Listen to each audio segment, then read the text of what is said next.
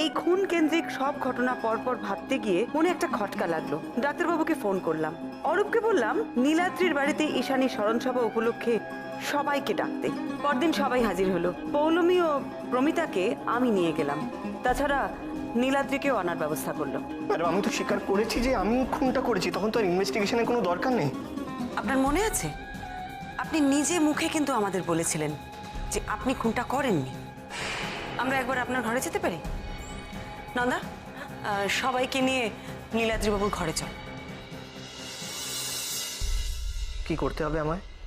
হ্যাঁ বলছি, ধরে নেওয়া যেতে পারে যে চেয়ারটা খাটের ওপর ছিল, আপনি এর ওপরে উঠে ঈশানীর বডিটা ওই সিলিং থেকে ঝুলিয়েছেন। ঈশানী হয়তো খাটের ওপর এইভাবেই শুয়েছিল। আপনি এই সিলিন্ডারটা নিয়ে চেয়ারের ওপর উঠে ওপর থেকে ঝোলানোর চেষ্টা করুন। কিভাবে আপনি ঈশানীর বডিটা ঝুলিয়েছিলেন সেটা একবার দেখে নিতে চাই। না ভাস্কর বাবু, ওনাকে একা করতে দিন, আপনাকে সাহায্য করতে হবে না। আসুন। এসবের মানে কি? কিভাবে আপনি পুরো জিনিসটা করেছিলেন সেটা একটু আমি বুঝে নিতে চাইছি। আর সময় নষ্ট করবেন না, শুরু করুন।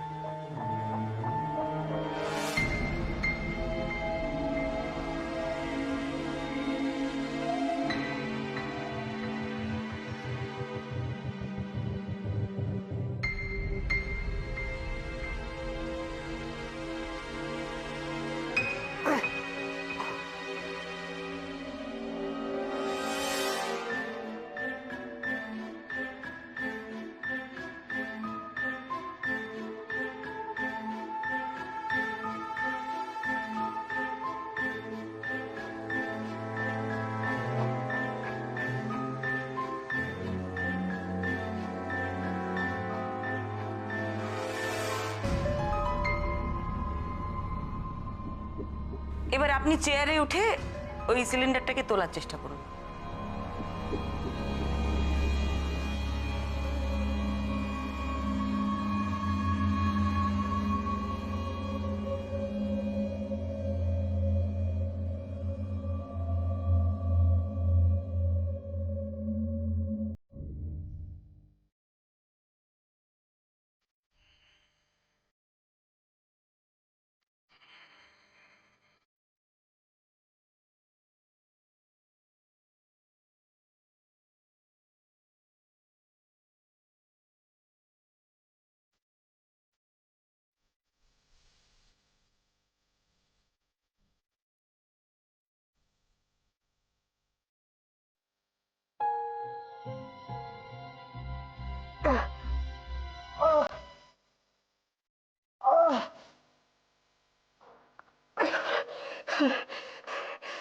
আমি পারছি না, পারছি না,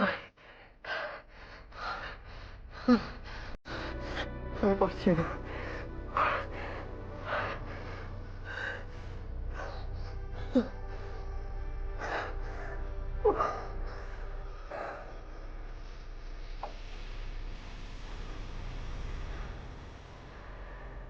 এই খালি সিলিন্ডারটার ওজন প্রায় ঈশানীর ওজনের সমান। নীলাদ্রি বাবু, আপনার কোনো কথাই মিলছে না। এর থেকে পরিষ্কার যে আপনি খুনটা করেননি।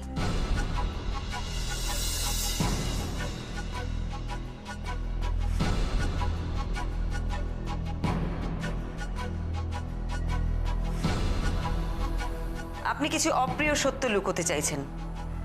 অনেকগুলো আঙুল ঈশানীর দিকে উঠবে, তাই আপনি সমস্ত দোষ নিজের ওপর নিচ্ছেন।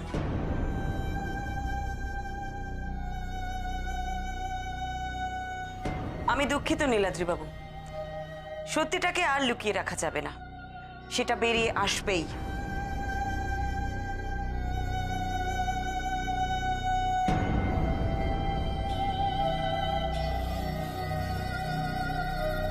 আশা করি এটা আপনাদের কাছে পরিষ্কার যে নীলাদ্রি খুনটা করেনি।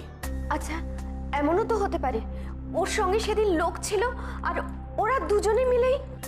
কি হতে পারে কি হতে পারে না সেটা আমরা পরপর আসছি। প্রতীকবাবুর পরিচয়টা কি আপনারা দেবেন না আমি সবাইকে বলে দেবো? মিস্টার মিত্র, এখানে যা যা হচ্ছে আমার মনে হয় সবটা আপনি বুঝতে পারছেন। তাই আমি চাই যে আপনি আমাদের সবটা বলে দিন।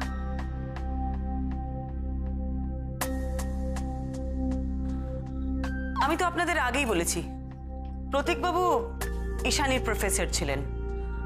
গত 3 বছর ধরে ওদের মধ্যে একটা সম্পর্ক ছিল।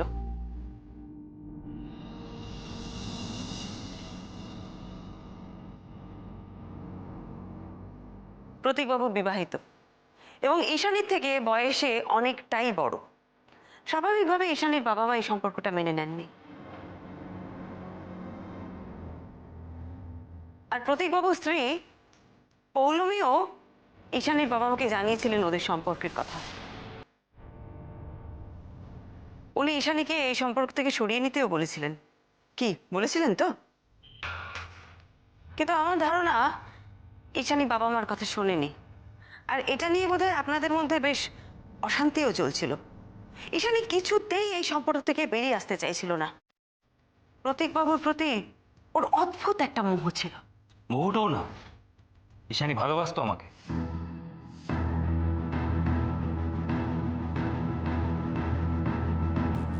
আমিও ভালোবাসতাম ঈশানীকে। এনারা আমার সঙ্গে চিট করেছেন। যখন আমি 1.5 মাসের জন্য বিদেশে ছিলাম, সেই সুযোগে জোর করে ঈশানীকে এই নীলাদ্রির সাথে বিয়ে দিয়ে দেয়। ঈশানী মোটেই খুশি ছিল না এই বিয়েতে। She was mine. লজ্জা করে না ইউ স্কাউন্ডার? একটা ওইটুকু বাচ্চা মেয়ে জীবন নষ্ট করে দিয়ে এখন তুমি প্রেমের কথা বলতে এসছো? লজ্জা আপনাদের হওয়া উচিত। আপনারা ঠকিয়েছেন সকলকে, ওনাদেরকে, ঈশানীকে, আমাকে। সেদিন যদি আমাদের সম্পর্কটা আপনারা মেনে নিতেন না, তাহলে ঈশানী আজ বেঁচে থাকতো। আপনারা মেরেছেন ঈশানীকে। কি? Shut up, I am telling you, আজ আমি তোমাকে মেরেই ফেলে দেবো। একটা বাজে কথা বলবে না তুমি। বলছি তো, একটা বাজে কথা সত্যি বলবে না। কথা বলছি তো, গায়ে লাগছে না। বাহ বাহ, আপনাদের মধ্যে সম্পর্ক তো অসাধারণ। পরশুদিন এরকমই একটা ঝামেলা করে বোধহয় আপনি ওদের বাড়ি থেকে বেরোচ্ছিলেন, আর তখনই ওনাদের ফ্ল্যাটের সিঁড়িতে আপনার সাথে আমার ধাক্কা লাগে। এটা ঠিক যে আপনি যখন বিদেশে গিয়েছিলেন তখন ওনারা প্রায় জোর করে ঈশানীর বিয়ে দিয়ে দেন। তারপর আপনি বিদেশ থেকে ফেরার পর ঈশানীর সাথে আবার আপনার যোগাযোগ হয়, আপনারা দেখা করতে শুরু করেন। ঈশানী শ্বশুর বাড়ি থেকে বেরোতো বাপের বাড়িতে যাচ্ছি বলে, কিন্তু যেত না। কিন্তু তা বলে ও যে আপনি আমাদের বলেছেন বিয়ের পরে ঈশানী খুব একটা বাপের বাড়িতে আসতো না, বলেছেন না? অথচ শ্বশুর বাড়ি থেকে বেরোতো, তাহলে কোথায় যেত?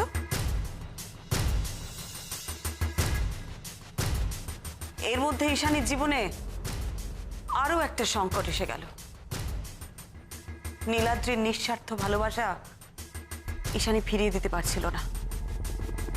সে একটু একটু করে নীলাদ্রিকে ভালোবাসতে শুরু করেছিল।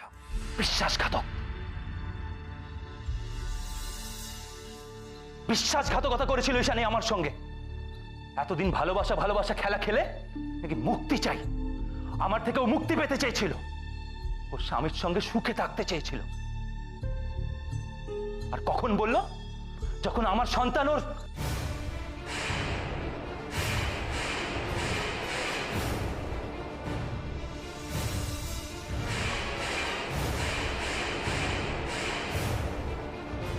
আর তাই আপনি ঈশানীকে মেরে ফেললেন? না না, আমি ঈশানীকে মানিনি।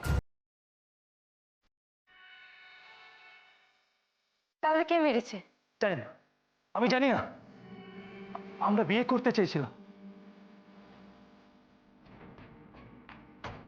আমরা দুজন দুজনকে ভালোবাসতাম। আর তাই বারবার নির্লজ্জের মতো তুমি আমার কাছ থেকে ডিভোর্স চেয়েছো। একবারও তোমার বিবেকে বাঁধেনি? না না, বিবেকে বাঁধেনি। কি ছিল আমার আর তোমার সম্পর্কের মধ্যে? পুরো মরুভূমি হয়ে গিয়েছিল। চুপ করো, চুপ করো। তুমি তুমি জানতে কেন আমি মা হতে পারবো না? মিথ্যে বলেছিলে তুমি আমায়। তুমি মা হতে চাওনি। চুপ করো প্রতীক। আপনি শান্ত হন, আপনি অসুস্থ হয়ে পড়বেন। আপনি সেদিন ঈশানীর সাথে এই কারণে দেখা করতে গিয়েছিলেন, এই ব্যাপারটা নিয়ে ফয়সলা করতে? হ্যাঁ,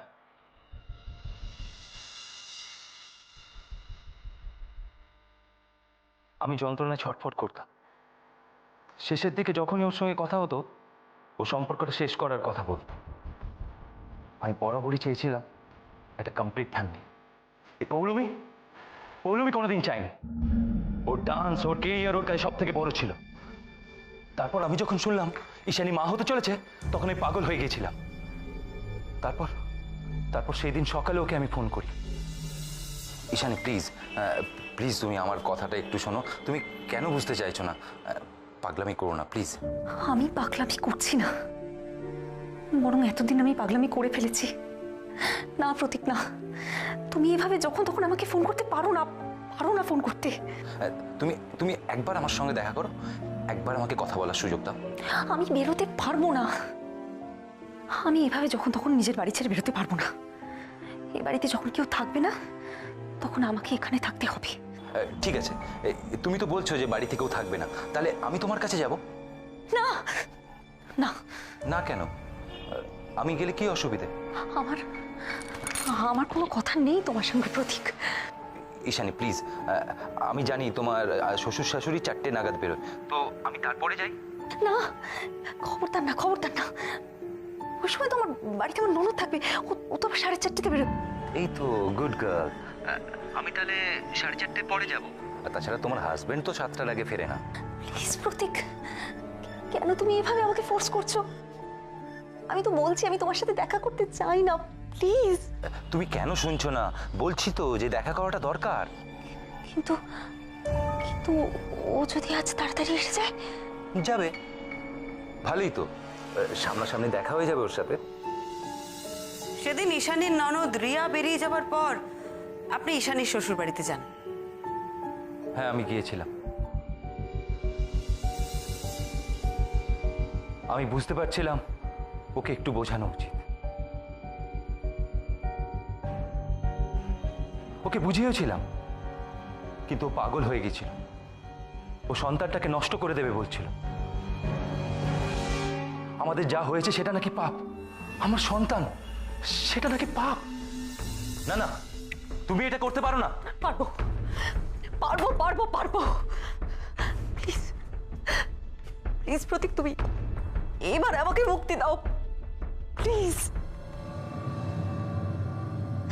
দেখো, আমি না এভাবে পারছি না। বিশ্বাস করো, এভাবে দিনের পর দিন আমি নিজের সাথে আর লড়াই করতে পারছি না। আমি নীলাদ্রিকে আর ঠকাতে পারছি না। আর আমাকে তুমি ঠকাতে চাও? আমার সন্তানকে তুমি নষ্ট করতে চাও? প্রতীক, আমাকে ছেড়ে দাও। আমাকে ছেড়ে দাও। আমি অনুরোধ করছি তোমাকে। জানো তো, আমি না একটা সুস্থ স্বাভাবিক জীবন চাই। আমি নীলাদ্রির সাথে সংসার করতে চাই। আমাকে ছেড়ে দাও, আমাকে মুক্তি দাও, প্লিজ আমাকে মুক্তি দাও। তোমাকে আমি মুক্তি দেব না। তুমি আমার জীবন নষ্ট করেছো, এরপরে যেটা করতে যাচ্ছ তো, আমি আবার ফিরে আসবো। আর আমার কথা না শুনলে না, তোমার ওই নীলাদ্রিকে, এই পরিবারের সবাইকে আমি সব সত্যি বলে দেব। না না, আমি ভালো না থাকলে আমি তোমাকেও ভালো থাকতে দেব না। এবার ঠিক করে নাও তুমি কি করবে। ব্যাস, এই কথা বলেই আপনি ঘর থেকে চলে যান? হ্যাঁ, সেদিন আমি চলে এসেছিলাম। মিথ্যে কথা। আপনি সেদিন তখনও সেখানে উপস্থিত ছিলেন। তারপর রাগের মাথায় ঈশানীকে খুন করে সেখান থেকে পালিয়ে গেছিলেন। সত্যিটা স্বীকার করুন। না, ঈশানীকে আমি খুন করিনি। কেন মিথ্যে কথা বলছো প্রতীক? তুমি কি করতে পারো আর কি করতে পারো না আমি খুব ভালো করে জানি। তুমি ঈশানীকে মেরে ফেলেছো। কেন কেউ বিশ্বাস করছে না আমি ঈশানীকে খুন করিনি? বিশ্বাস করুন মিসেস মিত্র, আমার পক্ষে ওকে খুন করা সম্ভব নয়। আমি জানি আপনি ঈশানীকে মারেননি।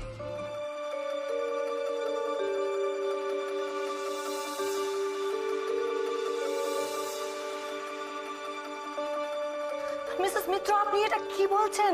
ঠিকই বলছি। আপনি ঈশানীকে ভালোবাসেন কিনা সেটা আমি জানি না, তবে ঈশানীর গর্ভে আপনার সন্তান আছে এটা জানার পর আপনি ঈশানীকে খুন করতে পারেন না। মিসেস মিত্র, আপনি কি বলতে চাইছেন? ঈশানীকে নীল খুন করেনি, প্রতীকবাবু খুন করেনি, তাহলে ঘটনাটা কি ঘটেছিল? তাহলে ঈশানী কি সত্যি সুইসাইডই করেছিল? না না না, একেবারেই নয়। ঈশানী সুইসাইড করেনি, ঈশানীকে খুন করা হয়েছে। তবে কে বা কারা খুন করেছে সে বিষয়ে আমি পরে আসছি। মিসেস মুখার্জি, ঈশানী আর প্রতীকবাবুর ব্যাপারটা শুরু থেকে শেষ পর্যন্ত আপনি তো সবটাই জানতেন না? প্রতীকবাবু স্ত্রীও কিন্তু আপনাদের কাছে গিয়ে সব কথা বলেন। তাতেও কি করেছেন আপনারা? কি কর আমাদের করার কি ছিল আর? কিচ্ছু করার ছিল না আপনাদের। সেই জন্য আপনারা একটা ছেলের জীবন, একটা পরিবার সম্পূর্ণভাবে নষ্ট করে দিলেন। কি বলতে চাইছেন কি আপনি? সব কথা লুকিয়ে কোনো মতে মেয়ের বিয়েটা দিয়ে দিতে পারলে আপনারা ভেবেছিলেন সব সমস্যা মিটে যাবে। আসলে কি জানেন তো, আপনারা সমস্যাটাকে আরো জটিল করে তুলেছিলেন। এমনকি ঈশানী মারা যাবার পরেও আপনারা আমার কাছে, পুলিশের কাছে অনেক সত্য গোপন করে গেছেন। ঈশানীর যে আরেকটা সম্পর্ক ছিল সেই কথা কিন্তু আপনারা আমাকে একবারও বলেননি। আমি তো এটাই আপনাকে বলছিলাম মিসেস মিত্র।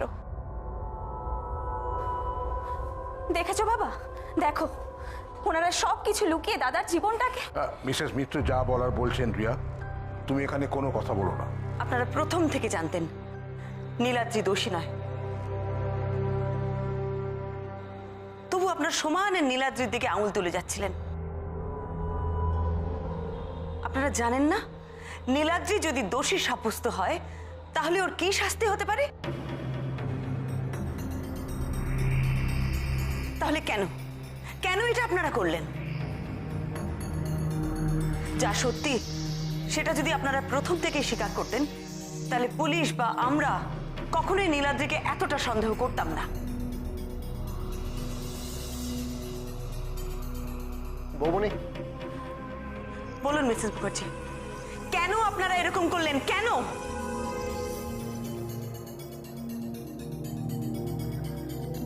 কি করব নয়তো নিজের মেয়ের এই কীর্তির কথা জনে জনে বলে বেড়াবো যে একজন দ্বিগুণ বয়সী পুরুষের সাথে আমার মেয়ে বলবো।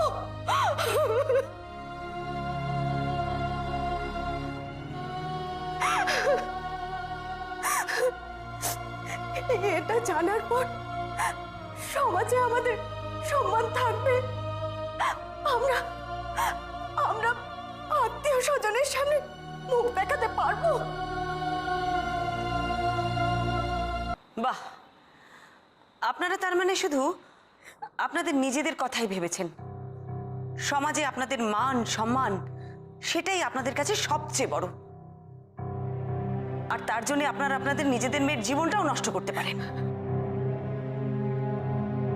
তার ইচ্ছের বিরুদ্ধে যখন তাকে জোর করে বিয়ে দিয়ে মৃত্যুর দিকে ঠেলে দিতে পারেন, তখন আপনাদের মান সম্মান বাঁচাতে তাকে তো আপনারা খুনও করতে পারেন। এ কি কথা বলছেন আপনি? আপনার কি মাথা খারাপ হয়ে গেছে? মাথা খারাপ আমার হয়নি, হয়েছে আপনাদের। আপনারা সবাই যারা পরিবারের সম্মান নিয়ে এরকম উন্মাদের মতন চিন্তা করতে পারে, আপনাদের মানসিকতার সঙ্গে ওই অনার কিলিং করে যারা, তাদের তো কোনো ফারাকই নেই। মেয়ের নামে কথা ওঠা মানে নিজেদের সম্মান নষ্ট, মেয়েকে অপমান করা মানে সেটা সেই মেয়েটারই দোষ। কিভাবে আটকানো যাবে এসব? একটা মেয়ের বিয়ে দিয়ে দিলে সব সমস্যার সমাধান। কোন যুগে বসবাস করছেন আপনারা? ওদের সাথে কথা বলে একটা সুস্থ সহজ পথ আপনারা বের করতে পারতেন না? কিন্তু সেটা আপনারা করলেন না। নিজেদের সম্মান বাঁচাতে আপনার মেয়ের জীবন থেকে প্রতীককে সরানোর জন্য আপনারা বলির পাঠাটা কাকে করলেন? নীলাদ্রিকে।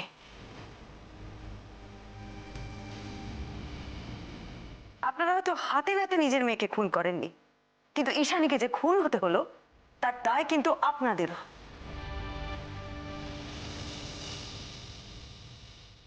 ইচ্ছে করে আপনারা আপনাদের মেয়েকে হাড়ি কাটে চাপিয়ে দিলেন।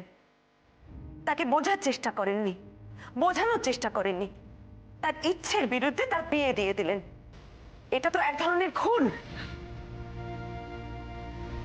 মিসেস মিত্র, আমরা এটা বুঝতে পারছি না যে কে কে খুন করেনি সেটা জানার জন্য সবাইকে এখানে ডাকা হয়েছে, না কে খুন করেছে সেটা জানার জন্য। আপনি ওনাদের এতক্ষণ ধরে যা বললেন সেগুলো সত্যি মানছি, কিন্তু এই কথাগুলো এখন বলার মানে তো অর্থহীন। তাছাড়া আমাদের মধ্যে এখন একটা চাপা টেনশন কাজ করছে যে কে ঈশানীকে খুন করেছে। সত্যি কথা। আচ্ছা, অনেকক্ষণ তো হলো। তাছাড়া পৌলমীর এখানে এতক্ষণ বসে থাকাটা যে কষ্টকর সেটা তো আপনি নিশ্চয়ই জানেন। আপনি হয় কে খুন করেছে সেটা বলে দিন, আর না হলে আমাদের এখান থেকে যেতে দিন। আমাদের জানার দরকার নেই যে খুনটা কে করেছে। আপনি একদম ঠিক বলেছেন প্রমিতা দেবী, আপনাদের সত্যিই জানার কোনো দরকার নেই ঈশানীকে কে খুন করেছিল। আপনারা তো জানেন খুনটা কে করেছে। খুনটা তো আপনি করেছেন।